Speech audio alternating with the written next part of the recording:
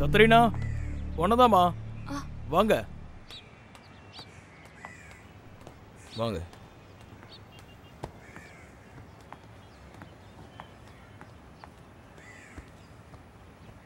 ஐயோ சார், அதுல வேற ஒன்றும் இல்லை, கொஞ்சம் மருந்தும் குளுக்கோஸ் மட்டும்தான் இருக்கு. வேற எது இல்லை சார். நம்பரை போட்டு பத்திரமா எடுத்து வைங்க. அலெக்ஸ் மேஸ்ட்ரியோட தங்கச்சி, அப்புறம் சூப்பரண்ட் ஜான் சாரோட பர்மிஷனும் இருக்கு. அவர் தங்கச்சியை பார்க்கறதுக்கும் பேசுறதுக்கும் அனுமதி இருக்கு. நீங்க என்னமோ பண்ணுங்க, ஆனா ரொம்ப நேரம் எடுத்துக்காதீங்க.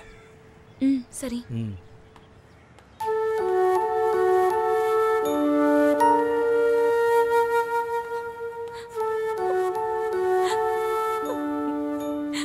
எதுக்கடி பாடுவரு?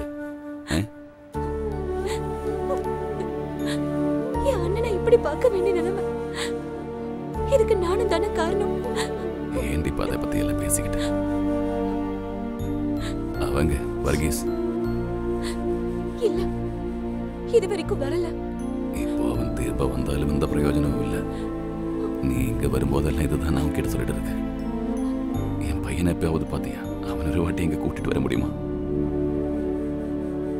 அது நடக்காதுன்னு தெரியும். அப்துல் பாய் எப்படி இருக்காரு?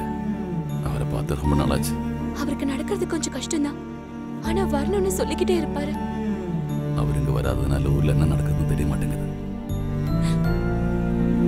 அண்ணா, என் மேல எப்பயாவது உங்களுக்கு வெறுப்பு வந்திருக்கா? ஏன் இப்படி எல்லாம் கேட்கிறேன்? வாழ்க்கையில கடைசி வரைக்கும் இந்த இடத்துல எல்லாத்தையும் இழந்து நினைச்சு பார்க்கும் போதே உங்களுக்கு மட்டும் ஏன் இப்படி நடக்குதுன்னு தோணுது. தேவையில்லாதெல்லாம் பேசாத. இது அனுபவிக்கணும்னு என் விதி.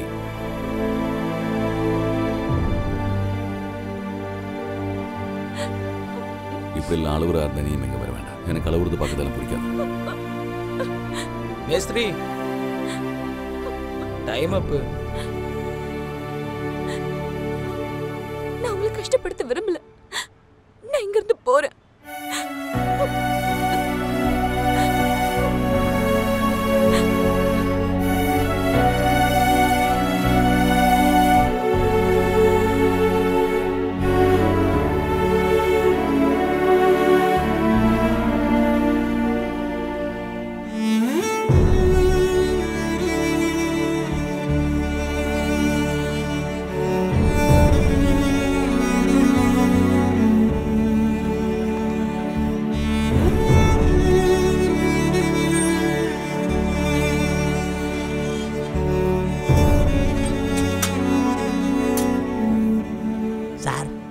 என்னடா?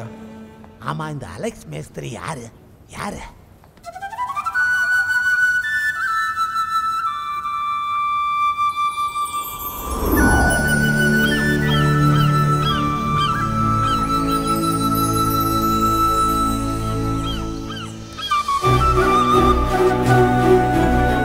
பாளையத்தூர்ல இருந்து எங்க அப்பா கூட நான் ஊருக்கு வரும்போது எனக்கு வயசு 14.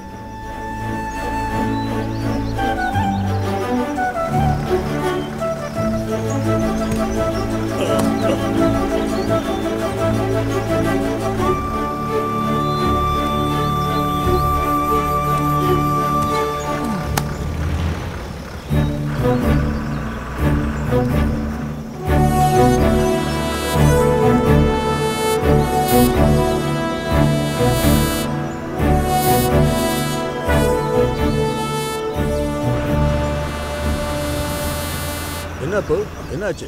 அடிச்சிட்டாங்கண்ணா. அந்த மாட்டுக்கடை சதாசிவம் தோட்டத்துல வேலை செஞ்சதுக்கு காசு கேட்டதுக்கு அடிச்சுட்டான்.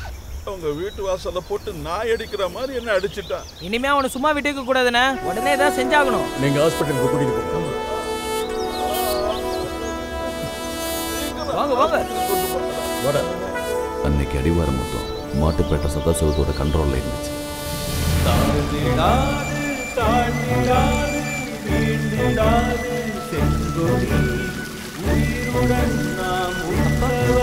பயப்படாம வா.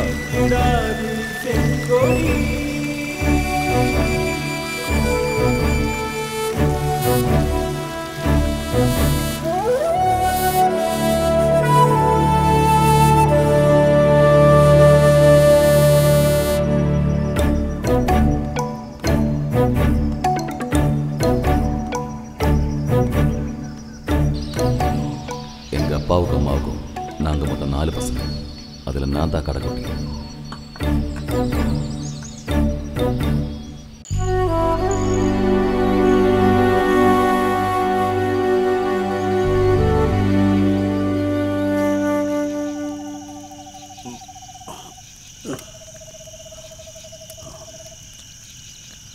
டேய், நம்ம கர்த்தர் மாதிரியே பாவங்களுக்கு உயிர் கொடுத்த ஒரு மனுஷன்டா அவரு.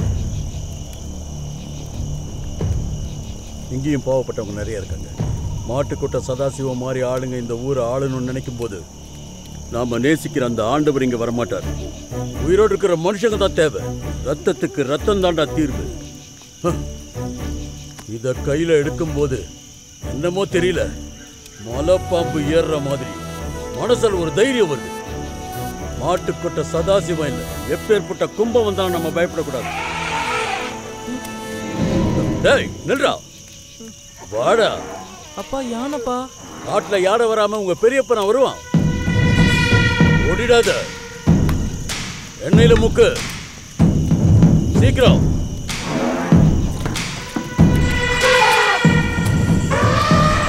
அப்பா வாடா. ஏய், உனக்கு தைரியம் இருந்தா இங்க வா. நீங்க வந்து மேய்ஞ்சிட்டு போலான்னு நினைக்காத, ஒழுங்கா இங்க இருந்து போயிடு. பயமுடுத்தாத, விடமாட்ட, கொளுத்திடுவேன். போ. நல்ல வீரமா சொல்றா. நீ என்ன அவ்வளவு பெரிய கொம்பனா? வா வா, போயிடு. போ போ போ. இத புரியல. மனுஷங்க சத்தத்துக்கு முன்னாடி எந்த யானையும் நிக்காதுடா. காட்டுல இருக்கிற வரைக்கும் தைரியம், அது இருக்கிற வரைக்கும் யாராலையும் உன்னை எதுவும் செய்ய முடியாது. இவ்வளவு நாள் அந்த பரதேசிகளுக்கு பயந்துதான் வாழ்ந்துகிட்டு இருந்தோம். இதுக்கு ஒரு மாற்றம் வேண்டாமா? அதுக்கு நாம எல்லாரும் ஒண்ணு கூடி நிக்கணும். அப்பா சொன்ன வார்த்தை எனக்கு மனதைரியத்தை கொடுத்தது. எதிர்த்து நிக்கணும். அப்பா அந்த ஊர்க்காரங்களுக்காக ஒரு போராளியா மாறினாரு. இன்குலாப் ஜிந்தாபாத். தொழிலாளிகளுக்கு துரோகம் பண்ற மாட்டுப்பேட்டை சதாசிவத்துக்கு எதிராக ஏன் இப்ப தொழிலாளிகள் இன்குலாப் ஜிந்தாபாத். பார்த்து பொறுமையா, மெதுவா.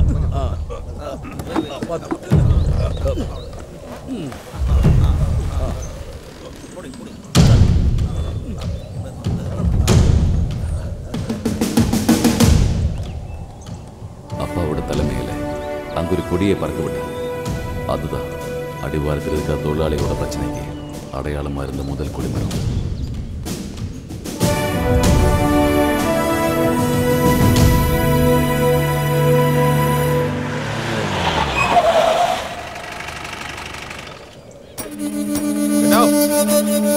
பெரிய சேக்குவாரா நினைப்பா? ஏய், இது மாட்டுக்கோட்டை சதாசிவத்தோட ஊரு. இங்க உன் கட்சியும் வேண்டாம், கொடியும் வேண்டாம். எடுத்துட்டு கிளம்புடா. பெரிய தியாகி நினைப்பு. எல்லாத்தையும் புடிங்கி எறிங்கடா. ஒருத்தனும் இங்க இருந்து உயிரோட போக மாட்டீங்க. இன்குலாப் ஜிந்தாபாத். இன்குலாப் ஜிந்தாபாத். கம்யூனிஸ்ட் கட்சி ஜிந்தாபாத். கம்யூனிஸ்ட் கட்சி ஜிந்தாபாத். கம்யூனிஸ்ட் கட்சி ஜிந்தாபாத்.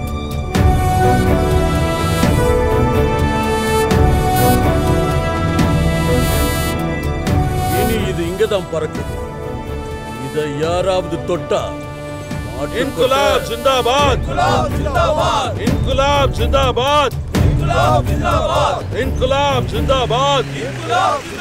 இன்குலாப் ஜிந்தாபாத். இன்குலாப் ஜிந்தாபாத். இன்குலாப் ஜிந்தாபாத். அப்புறம் இவன் எல்லாம் தான். இன்குலாப் ஜிந்தாபாத். இன்குலாப் ஜிந்தாபாத். இன்குலாப் ஜிந்தாபாத்.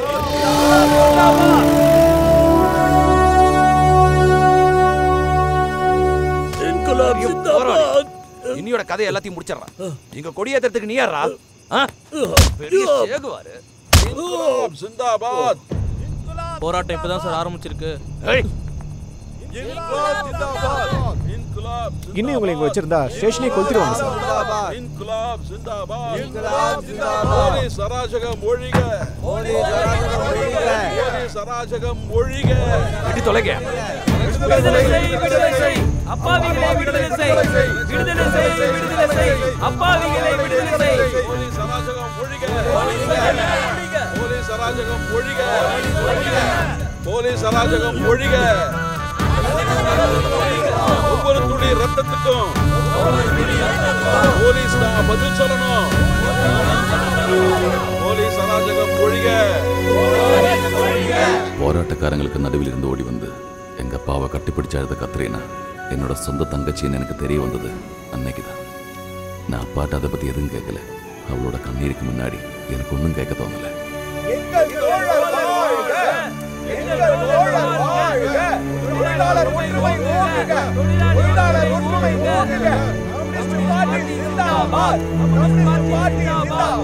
தோழர்களே, ரத்தமும் வேர்வையும் கஷ்டப்பட்டு சிந்தி நாம இந்த அடிவாரத்துல வாழ்ந்துட்டு முதல் தடவையா போராட்ட கொடியை ஏத்துனது தோழர் நம்ம பீட்டரோட உழைக்கும் இரும்பு கரங்களால நம்ம எல்லாருக்கும் பிடித்தமான தோழர் பீட்டரை நம்ம சங்கத்தோட லோக்கல் கமிட்டி செக்ரட்டரியா தேர்ந்தெடுத்தோங்கிற விவரத்தை நான் சந்தோஷமா மக்களுக்கு சொல்லிக்கிறேன்.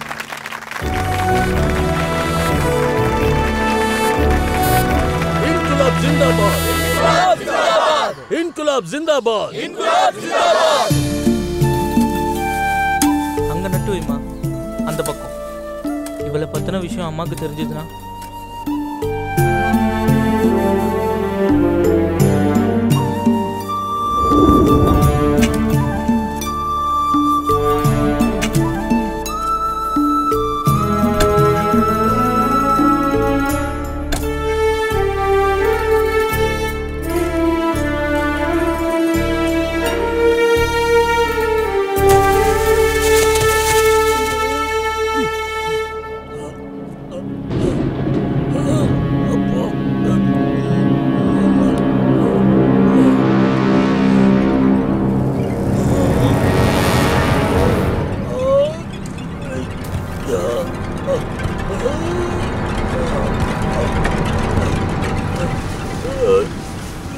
கத்ரீனாவை பத்தின உண்மை தெரியறதுக்கு முன்னாடி அம்மா போயிட்டாங்க.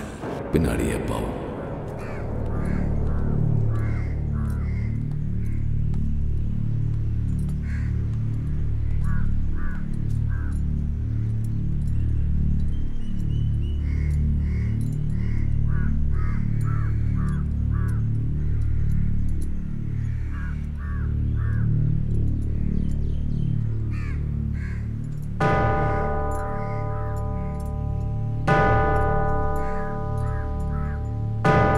இவரை நாங்க சர்ச்சுக்கு எடுத்துட்டு போக போறோம்.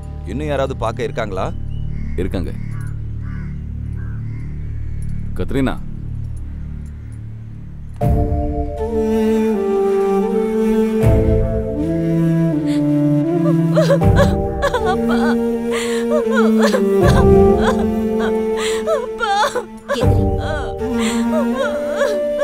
எந்திரி. நீங்க வாங்க.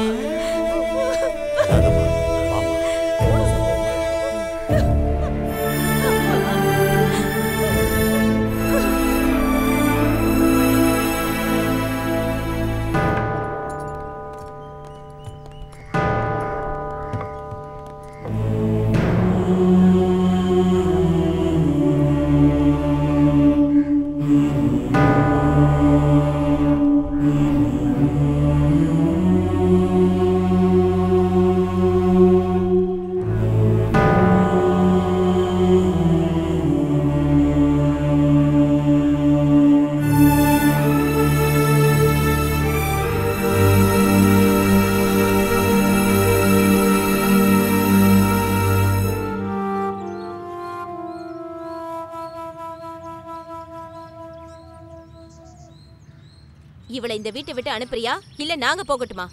இவளுக்கு இப்ப யாரும் இல்ல. இவளை நடுத்தரவில் நிறுத்தின அப்பா மன்னிக்க மாட்டாரு. அப்போ அப்பா அம்மாவுக்கு பண்ண துரோகத்தை நம்ம மன்னிக்கணும்னு சொல்றீங்களா? மன்னிக்க வேணாம். தப்பு பண்ணதோட பெரிய தப்பு அந்த தப்புக்கு துணை போறதுதான். இப்ப என்ன பண்ணணும்னு சொல்றீங்க? வேணாண்ணா, நான் போய்க்கிறேன். என்னால நீங்க சண்டை போட வேணாம். நீ பேசாம இரு. உங்களில் இந்த நிலைமைக்கு கொண்டு வர்றதுக்கு நானும் அப்பாவும் அடிவாரத்துல காட்டுல கிடந்து கஷ்டப்பட்டது 1 2 இல்ல 16 வருஷம். நாங்க 2 பேரும் ராத்திரி பகலா சோறு தண்ணி இல்லாம கஷ்டப்பட்டதுனாலதான் உங்களுக்கு எல்லாம் நல்ல புருஷனும் வாழ்க்கையை அமைஞ்சது. அப்புறம் இன்னொரு விஷயம், இது என்னோட வேற வேலையை உருவாக்கின வீடு. இங்க யாரு இருக்கணும் போனோம்னு நான் தான் முடிவு பண்ணுவேன். அப்படின்னா அலெக்ஸ் ஒரு வேலை பண்ணு, எங்களுக்கு சேர வேண்டிய பங்கு கொடுத்துரு. உங்களோட பங்கு இவ்வளவு கட்டி கொடுக்கும் போதே கொடுத்தாச்சு. 75 சவரம். அப்படி 75 100ன்னு எல்லாருக்கும் நாங்க கொடுத்துருக்கோம். இன்னும் வேணாலும் தரேன்.